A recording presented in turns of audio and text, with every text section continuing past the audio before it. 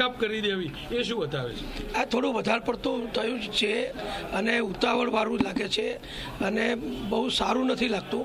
દેખાઈ આવે છે કે આમાં કોઈ જુદી રીતે ધંધાદારી રીતે દર્દીને લાવી દીધા અને દર્દીને કદાચ જરૂર છે કે નહીં એ પણ હજુ બહુ પ્રસ્થાપિત થતું નથી. હું કોઈને મળ્યો નથી, પણ એક ગામમાં એક સાથે 11થી વધુ વ્યક્તિઓને એન્જિયોગ્રાફી માટે લાવવા, એન્જિયોપ્લાસ્ટી કરી દેવી, એક સાથે બધાનું ઓપરેશન કરી દેવા, આ બધું અતિરેકને બિનજરૂરીને બનાવટી લાગે છે. આવી હોસ્પિટલ વિરુદ્ધ કયા પ્રકારની કાર્યવાહી થઈ છે? એ તો સરકારનો વિષય છે. સરકાર, આરોગ્ય વિભાગ એના અંગે જે જરૂરી હોય એ બધી કડક કાર્યવાહી કરવી જોઈએ. આયુષ્યમાન કાર્ડમાંથી પૈસા પણ કપાઈ ગયા છે અમુક લોકોના.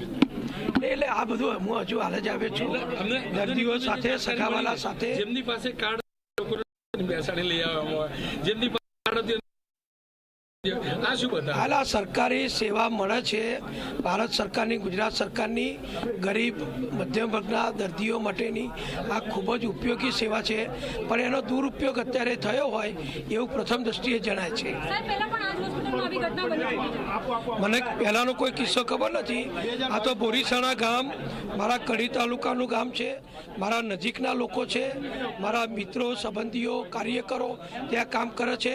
સરપંચ મિતેશભાઈનો પણ મને ફોન આવ્યો, અમારા એપીએમસીના ચેરમેન વિનોદભાઈનો પણ ફોન આવ્યો, રાજુભાઈ યોગી પણ નો ફોન આવ્યો.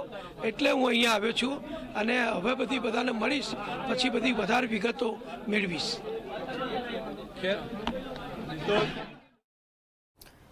તો આપે પૂર્વ